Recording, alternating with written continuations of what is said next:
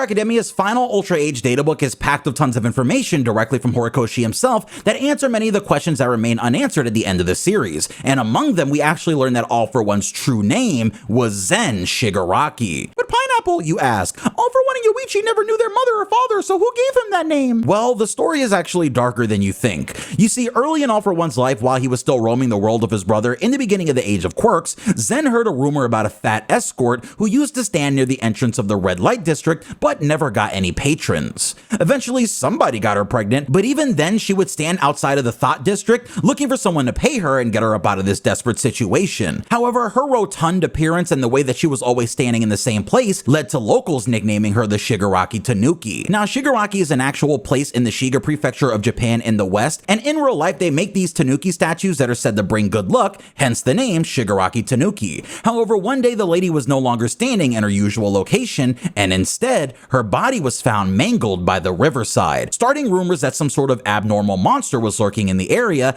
and those rumors continued to spread for years and years until of course All For One heard them himself, and without knowing that the story was actually about his own mother who he destroyed when he was born, he liked the idea of a monster lurking nearby so much that he named himself after the story of this monster, of course not realizing that the story was already about him. Now for the Zen part, we know that All For One was always smiling and relaxed growing up. Something was off about him because he definitely felt a sense of calm despite the horrible situation him and his brother Yoichi were in, and likely named himself after this state of peace he consistently found himself in after reading its definition in a book. But it's also likely that he took this name because the word Zen translates to all in Japanese, and Zen wanted everything there was in the world. All in all, it's just crazy to me how even after the story, Horikoshi is still finding ways to make All For One creepy. Like, what the hell is even this story? Very odd.